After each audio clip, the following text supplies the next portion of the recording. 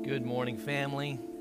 So glad you're here today. Be turning your Bibles to 1 Corinthians chapter 15 as we continue our series through 1 Corinthians entitled We Are the Church. And again, I know I told some of you visitors and new members last week, hey, come to lunch. I forgot. It is Love Thy Neighbor. Again, one of my favorite evenings of the entire year is when we as a church family host Love Thy Neighbor. And Love Thy Neighbor, for those of you who don't know, is a not only just a city-wide cooperation, we actually believe there is oneness in the body of Christ within our city.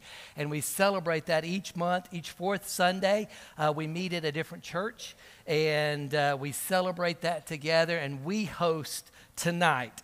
And it'll be a great time, just logistically speaking. I mean, I want you here because you need to experience it. But y'all know that kind of what's different a little bit about us is that we don't have anything to help with the singing. And if we don't have vocals, we need your voices tonight, all right? If that makes sense to you. Not everyone is used to singing a cappella.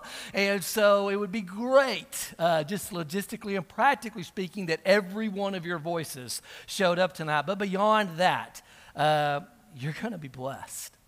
That is satisfaction guaranteed tonight.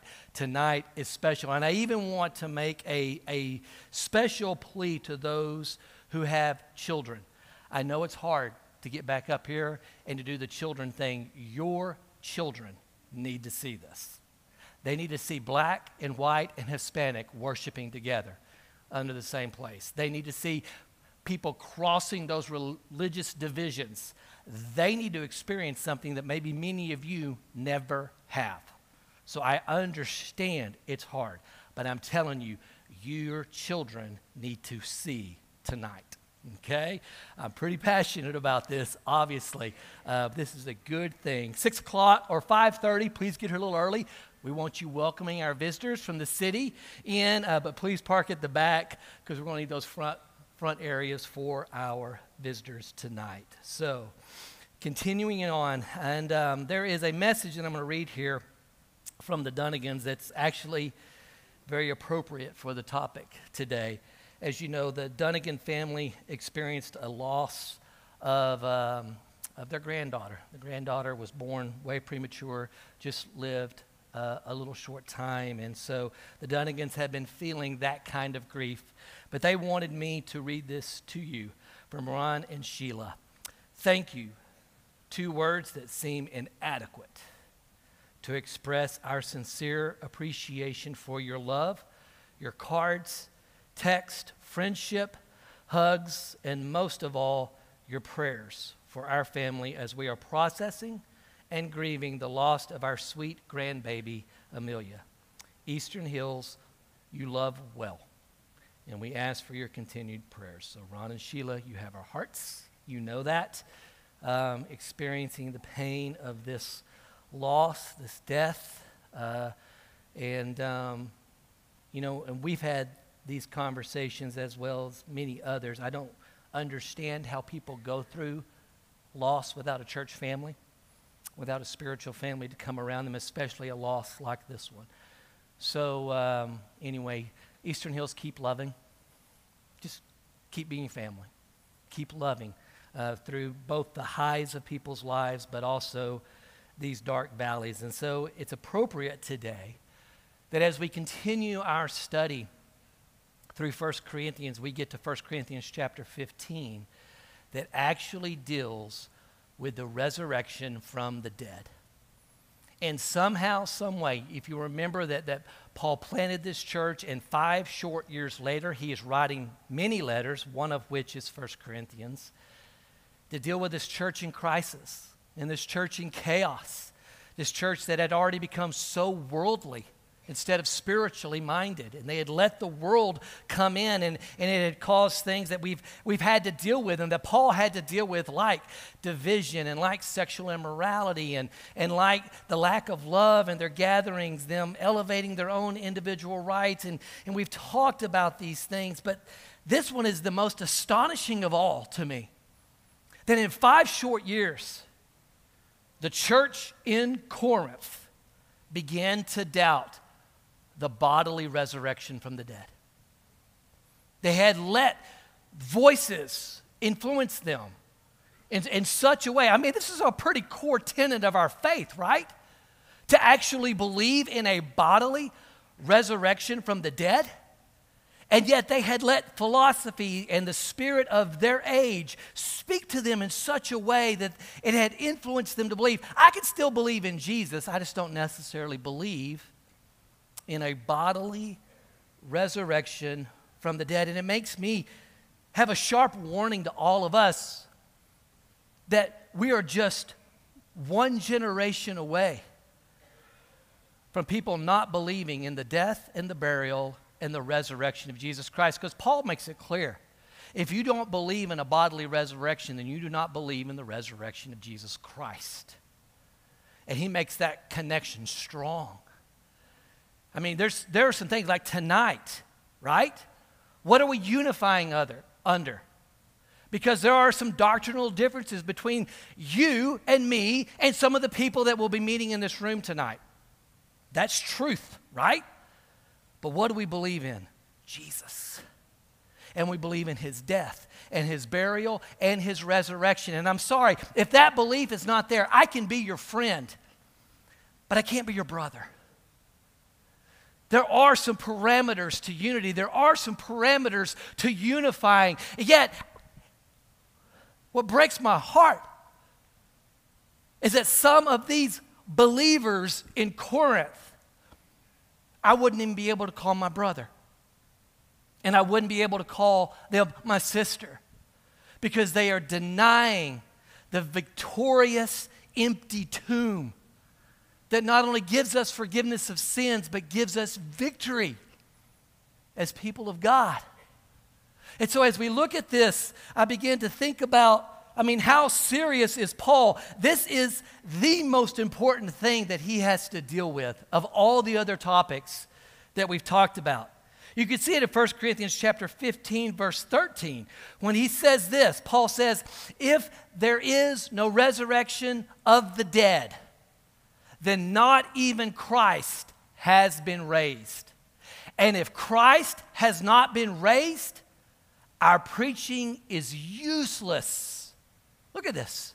And so is your faith. If you do not believe in the bodily resurrection of the dead, Paul says, you do not believe in the bodily resurrection of Jesus Christ. And if you do not believe in that, your faith and our preaching, what we're doing here, is useless. The word useless actually means empty. No substance.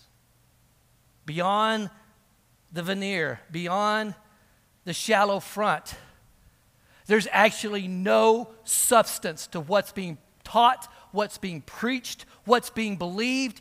Here's the way I believe Paul would say it. Either the tomb is empty or your faith is, because one of them's empty.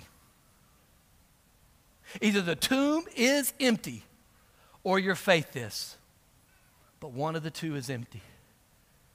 It is the substance. It is the texture. It is the power in which we function and believe and have our hope that on the third day, Jesus in bodily form raised from the dead. And because of that, so will I. That is a non-negotiable with us. This idea of the very hope that we cling to. There can't just be forgiveness of sins. There has to be a victory over sin and death. Sin is dealt with at the cross, but death is dealt with at the empty tomb.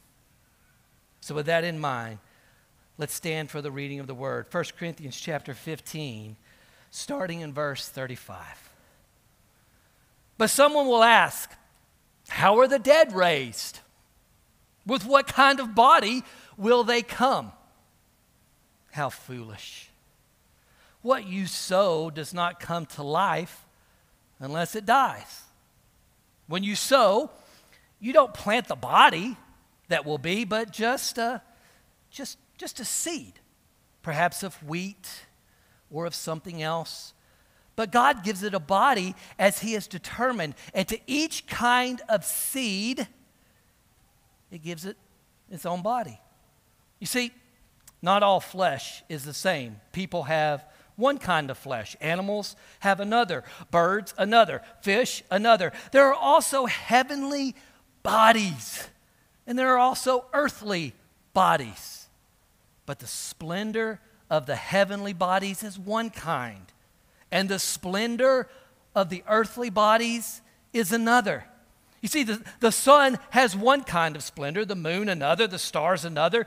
And the stars differ from another star in their own splendor. So it will be with the resurrection of the dead. The body that is sown is perishable. Oh, but when it's raised, it's imperishable. Yeah, it's sown in dishonor, but it's raised in glory. It's sown in weakness, yes, but it's raised in power. It is sown a natural body, but it's raised a spiritual body. If there is a natural body, there is also a spiritual body. May God bless the reading of His word. Amen. When I read that, there should be a fire inside of you. A non-negotiable tenet of your faith. This is a hill to die on. The older I get, when I was younger, I would die on any hill. Do you know that? Because all truth was equal to me when I was younger. And all that mattered was I was right, you were wrong, so I'm going to die on my hill. As I get older, yeah, not every hill's worth dying on. This one is. A non-negotiable. The literal resurrection of a body. What happened to the church in Corinth? That they actually were doubting the resurrection. Again, I talked about it before. It's the philosophy of the age. You see, some Plato had been long gone by the time of the writing of this, but this Platonic thought, these teachings of Plato of dualism was alive and well in the Greek culture, obviously. And those students and those disciples of Plato that had came from him were teaching this dualism among the Christians, which has a hint of truth in it. Again, it's the idea that you are two parts. You are both spiritual and you're natural. You are spiritual in the sense that you have a spiritual aura or essence, they would describe it as, but then you are clothed in this fleshly, physical tent. And the goal is to get so enlightened that you can shed off this flesh, you can shed off this body, and you can be nothing but spiritual. Does that sound like anything you believed growing up? It's not Bible. That's Plato. And this dualistic thought had ran rampant in the church, this idea that the body was unredeemable. It couldn't be redeemed. So if the body's unredeemable, obviously you're not going to believe in the resurrection of a body. Okay? You see where the thought is going here. And so if you don't believe in the resurrection of a body, then what you do in the body doesn't matter. You can do whatever you want to in the physical because the physical doesn't matter. There is no overlap. It's very compartmentalized between what you do in the physical and what you do in the spiritual. So you got your little spiritual box, you got your little physical box, and you can do anything you want in the physical. You don't have to love like Jesus loved in the physical, because the spiritual is the only thing that matters. You don't have to have any kind of morality of any kind in the physical, because all that matters is the spiritual, because all that's going to go away anyway. It doesn't matter. How many times have we compartmentalized our lives between the physical and the spiritual. And we were more in that moment disciples of Plato than disciples of Jesus Christ. This later became Gnosticism, which has a lot more to do with it than just that, but these were the beginning of the first heresy, the first false teaching of the New Testament church. Yet Paul makes a strong point 2 times that we've already talked about in many ways, that not only is your body redeemable, your body right now, even in its frailty, is the temple of the Holy Spirit. That's how much it matters, what you do in the body. That's how much the spiritual and the physical actually overlap. The Corinth church was using their doubts of resurrection as an excuse to sin. But if the body is redeemable, and if there is actually a bodily resurrection, then what you do in the matter, science, actually matters. You and your body will be resurrected. But why is it so important to believe in a bodily, physical resurrection? You see, there must be victory, not only in the spiritual, but the physical as well. Why? Because God's original plan was physical. You know that? Adam and Eve in a garden with animals, tending to it. Not just to stay in the Garden of Eden, but actually to span from the Garden of Eden and to the entire earth. Their commission wasn't just to stay in the garden and just live in a paradise-type state. Their idea was now to go subdue the entire earth and bring this kingdom to a very physical world. That was God's plan A. And I'm here to tell you this morning, there is no plan B. Only a redemption and a restoration of plan A. That's why it has to be not just a spiritual redemption, but a physical one as well. Our bodies, now they're going to be changed. We're going to talk about that. You saw it in the passage, right? It's the difference between a seed and a plant that grows up out of the ground. There's a difference. Even though the same basic material is already there. But until it dies, it doesn't spring forth to its fullest potential. It's the difference between an acorn and an oak tree. Inside that acorn, you've heard this before, right? Inside that acorn is all the potential of a resurrected oak tree. If it would just die. Let me skip to the end of the message. The more you die to yourself now, the more you'll live a resurrected life right now. The less you die to yourself right now, to your own selfish desires, the less you will live a resurrected life right now. But the physical death will take care of it. To go from that seed to that plant, from the acorn to the oak tree. Our bodies will be resurrected to fulfill God's plan on a new heaven and a new earth. So that's why it has to be physical. But also because of this, Satan doesn't get to win. He doesn't get to win. 1 Thessalonians 5, preached it enough, almost every week, your 3 parts. Spirit, soul, and body. Some of your identity is in your body. Guess what? Satan doesn't get any of you. You see, salvation and the cross and the gospel doesn't just save your soul, it saves your whole. Spirit, soul, and yes, one day at the second coming of Jesus Christ, even your body.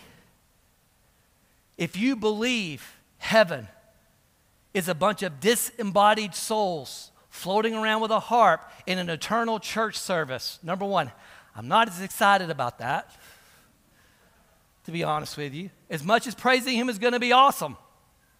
But if you believe in a non-bodied resurrection and a disembodied eternal state, okay? If you believe that, then Satan won 1/3 of who you are. Because what you're saying is, only thing that's going to get saved is my spirit and soul. But my body's gone. He won my body. My body's unredeemable. It will not be resurrected. Then Satan won. At least in part. No. Satan gets no part of you. Let me say it a different way. Sin and death get no part of you. Even your body will be redeemed. So let's deal with the resurrection here. But to deal with the resurrection, you got to deal with death. Right? There is no resurrection. Common sense wise, right? There is no resurrection if there is no death. But death can only be defined in the light of other things. Here's what's cool about this. Death can't be defined on its own. Because if you don't have life, you don't have death. It's irrelevant, right? If something's not alive, there can't be a death. Death is defined both by its partner, sin, and almost entirely in the New Testament, when you see the word death, you see the word sin associated with it. Sin and death. Because the conception of death is sin. Death doesn't exist without sin. That's why, even though death has been conquered, it still exists, because even though sin has been forgiven, it still exists. And as long as sin still exists on any level, there has to be a death, or we will be in eternal sin. That's why the cherub angel is guarding the Garden of Eden. Because if you still have sin on any level, even though it's forgiven, even though it's washed away, if you eat of the tree of life, you will live forever with sin. So as long as there's still sin, there still has to be, to a level, death. But also death means nothing. Now life can be defined on its own. Life doesn't need death to exist. Life doesn't need its antagonist, death, to exist. It's called eternal life. Death needs its antagonist, life, to even exist. Is this making sense? Life can stand on its own without death. You know why? Because life is not just a condition. Life's a person. Standing outside the tomb of one of his best friends, Lazarus. Mary runs, Lord, if you'd have just been here, my brother would not have died. If you would have just shown, I don't understand. How many questions of death have you had? And Jesus weeps. And he said to her in John chapter 11, verse 25, don't you know, Mary? Jesus said to her, I am the resurrection and the life. The one who believes in me will live, even though, he's a realist, even though they die. And whoever lives by believing in me truly, they're never going to die. The ultimate goal of death is to destroy life. But life is about connection. Death, the sting of death is what? Separation from the people you love. That's what death is. It's separation. But what it's saying here is that death's ultimate goal is not just to separate you from the people you love. Death's ultimate goal is to separate you from Jesus forever. because he is life. There's something we have to understand about death. Death is not your friend. I think sometimes, because death is so commonplace, because it is a part of the natural flow of life. How many funerals have we had in this very room, right? But maybe we've gotten too comfortable with death, because death is not your friend. Death is your enemy. 1 Corinthians chapter 15, verse 25, talking about Jesus, for he must reign until he has put all the enemies under his feet. But the last enemy to be destroyed is death itself. You see, as every other enemy of God and his people, that enemy is already defeated. That enemy, another place would say that enemy is disarmed. But it's not totally destroyed yet, according to this verse. Even though it's defeated, it's not destroyed, which means every single one of us, unless the Lord returns, another place in this passage said if we're here when he comes back, we're changed, whatever that means, another topic. But if he doesn't come back, we will all still face death. Listen to this. And it will be the last battle you ever fight. It will be a battle. I have sat at a few bedsides of those who have died. Some are peaceful transitions, some are not. But they're all a battle. And we want to make death just this beautiful, comfortable, transitional thing.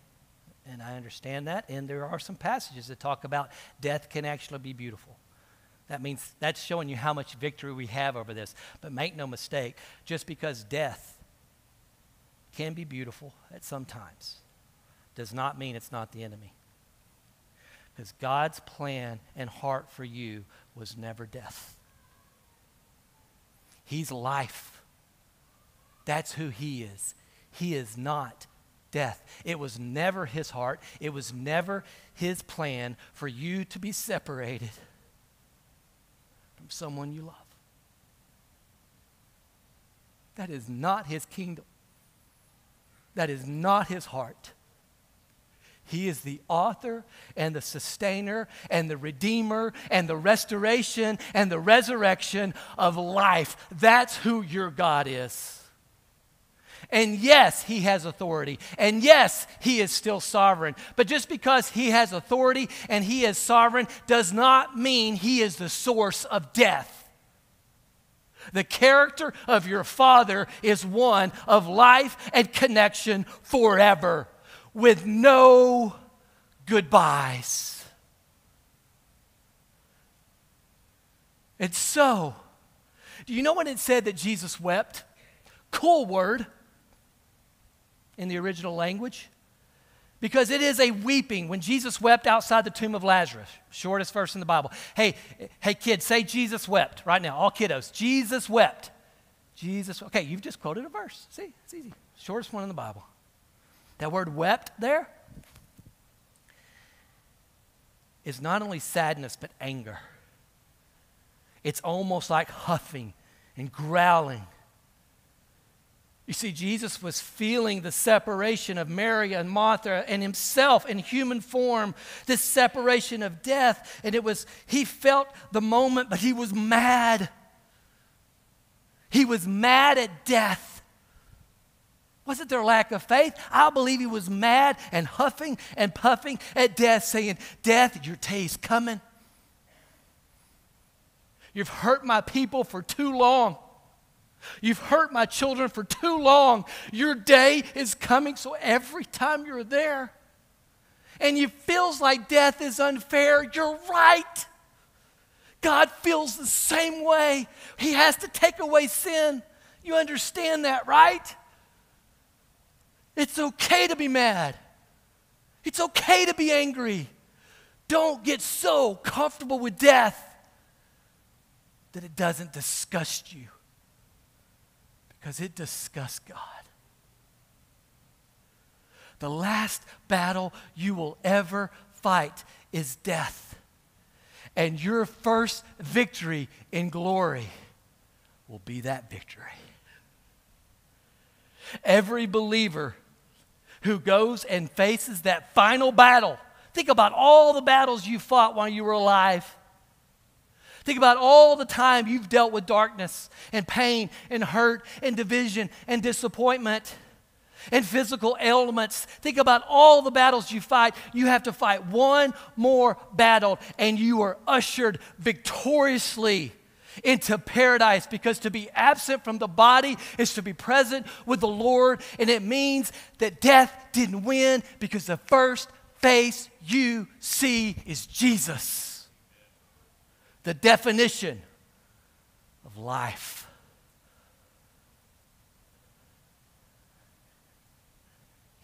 And then we get to the passage that many of you love, 1 Corinthians 15, when the perishable has been clothed with the imperishable. So when a perishable body, a body that can perish, is clothed with a body that is imperishable, and the mortal with immortality, then the saying will be written, will come true. Death has been swallowed up in victory. Where, O death, is your victory? Where, O death, is your sting? Because there is a bodily resurrection. 1 Corinthians chapter 15, verse 20 says, but Christ indeed has been raised from the dead, the first fruits, I think I heard that today already, of those who have fallen asleep. Do you understand that Jesus' body, resurrected body, is the original prototype of resurrection? Now, Jesus raised people from the dead, but he didn't resurrect them, right? Because they died again. The only person that has ever been resurrected from the dead, even though there has been raisings from the dead, is Jesus, because he wasn't resurrected into the same type of body. It's hard here, because you need to understand the physical body, what has returned to dust, will be put back together and resurrected. Very physical, very literal in the Bible. But yet, you notice that a lot of people didn't recognize him at first when he was resurrected. Somebody thought he was a gardener. Somebody didn't see who he was on the shore until he started telling them to do the same thing. A couple of guys spent the whole afternoon with him walking down a road and never recognized him, and they were his close disciples. And then sometime the light comes on and they say, oh, it's you. I wonder if it's like that with us.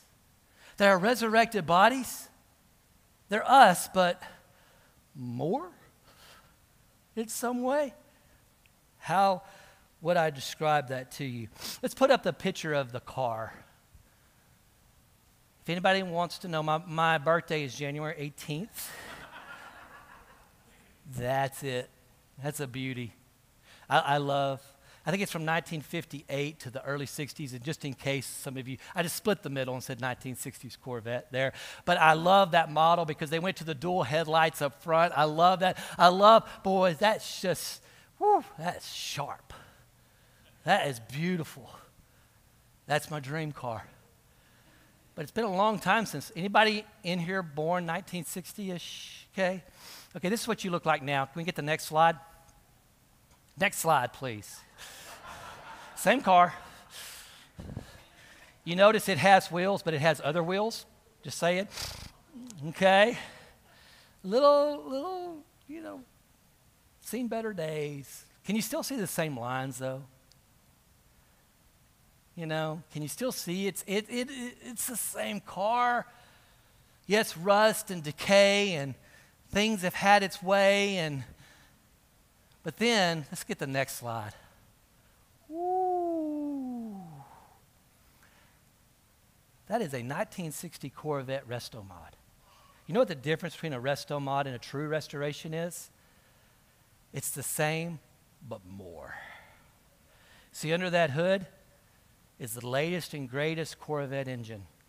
That suspension, those brakes, that air conditioning, those plush seats are the best of what we currently have today. Can you tell it's the same car? Yes, but just more. Maybe this is it. Maybe that's our resurrected bodies. The same, but more. And every time, now if you've been to my heaven class, I know you're getting a little bit, remind if you've been to my 6-week course on heaven, we did the same exact thing. But every time I study on resurrection, I get something new. Can I share with you what I got new this week? The fuel for that resto mod is different than the original. The octane, the fuel, because you can get, right, a new resurrected body that's the best that heaven has to offer, glorious. But if you fuel it with the same thing that you fueled the original with on this earth, it doesn't work. Listen to this. 1 Corinthians chapter 15, verse 44 says this: if there is a natural body, then there's also a spiritual body. So it is written, the first man, Adam, became a living being. The last Adam, talking about Jesus, a life-giving spirit. The spiritual did not come first, but the natural. And after that, the spiritual. Most people, I don't think this is the best translation of the word natural there. Because when you think natural, you think flesh, don't you? You think body. That is not, because body comes after it. This is a different description of body than just flesh. The root word of the word natural is actually your soul. There, not flesh. So it could be translated, if there is a soulish body, then there's also a spiritual body. What's it talking about? What fuels your body now? What fuels your body now is your soul. A soul that's not fully sanctified yet. A soul that has thoughts and attitudes and desires that are sometimes in line with God and sometimes not. In other words, you have a fuel inside of you that is still being distilled. The octane levels are still trying to be worked out. There's still a little ethanol, a little corn fuel getting mixed in there that's messing up the engine, right? You're not there yet. Your soul hasn't been fully sanctified. It's in the process. But when you get your resto mod, that's some high octane stuff because it's spirit. Imagine to be operating fully as your fuel from your spirit instead of your soul. You have your spirit now. Your spirit just hasn't won the total battle of transforming your soul, and because of that, you have octane issues. But one day, in your resto mod body, all of your thoughts, all of your attitudes, all of your desires will be completely in line with God.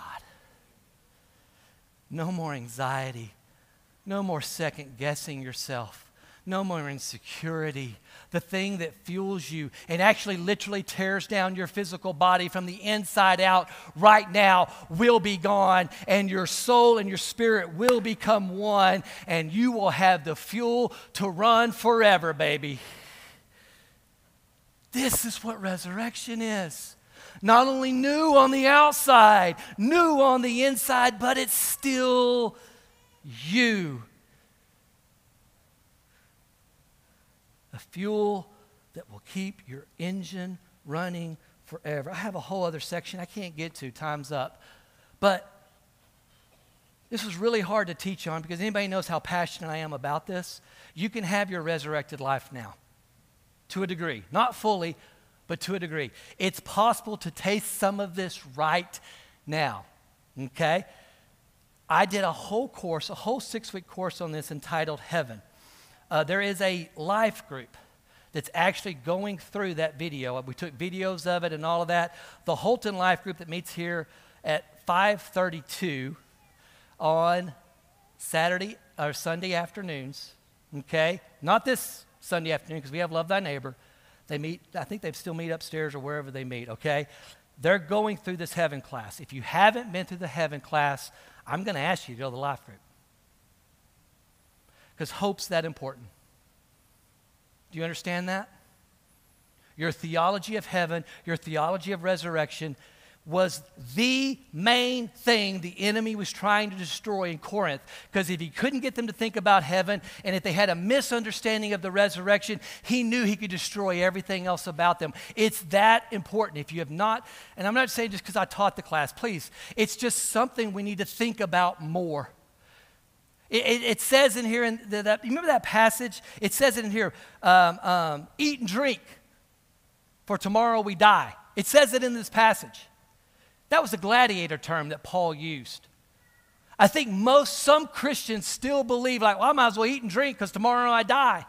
Because they don't have a good theology of heaven. They don't have a good theology of the resurrection. You know what also it says in the same passage, the same context? Bad company corrupts good morals. And Paul was actually quoting a Greek philosopher named Menander at the time. And he was quoting some of the things they were believing in and telling them, you know, he would tell you what bad company is? People who don't believe in the bodily resurrection. People who don't think about heaven. People who don't talk about heaven. That's bad company, because if you don't talk about heaven, you're going to struggle with morals. Because you were wired for hope. And if he could take away your hope in the future, he will destroy your life in the present. If he can take away your hope for the future, he will destroy your life in the present, just like he did at Corinth. Let me tell you, are the people you hanging around, do y'all talk about heaven? Do you talk about your resurrected body? With your spouse, do you over and over again talk about heaven, talk about the resurrected body? This is what we must do to keep hope alive, and it will transform our present. N.T. Wright, a guy I listen to a lot. Well, first of all, a guy named Tim Mackey will say this: what a person hopes for shapes what they live for. And N.T. Wright said this: God will somehow take our prayers, our art, our love, our writings, our social service, our music, our honesty, our daily work, our pastoral care, our teaching, and our whole selves, and weave it into the various strands into a glorious tapestry of his new creation. What is your theology of heaven? What is your theology of a resurrected body? Do you believe in a literal resurrection? Jesus died and gave you forgiveness of sins at the cross. But he rose on the third day to give you victory. And if he didn't have risen from the dead, then sin and death wasn't fully defeated, which means Jesus would have had to come and die over and over and over and over again. But because the tomb is empty, it's done. It's done. You're saved. You're healed. You're delivered. It's done. And now you can have the victory of a resurrected life. Both later, and yes, at least to a degree, even now. This is a non-negotiable. The death, the burial, and the bodily resurrection of Jesus Christ. Prayer team will make your way to your prayer stations today. If you have never accepted Jesus as your Lord, you need the cross. You need your sins to be wiped out. You need to be forgiven. Okay? And I want you to come talk to me. You need to know that Jesus' blood was thick enough to cover your sins.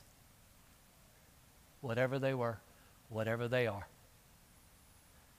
But there's many believers in this room who aren't walking in victory. And now, because of the empty tomb, sin and death do not have the final say on your life. Jesus does. And we need to live life, think about life, like we actually believe that. And if you need a little victory, these people are here to pray for you around the room, to show you you have victory, because we believe the tomb is empty. And one day, so will be your grave. If we can help you in any way, we're here as we stand and sing.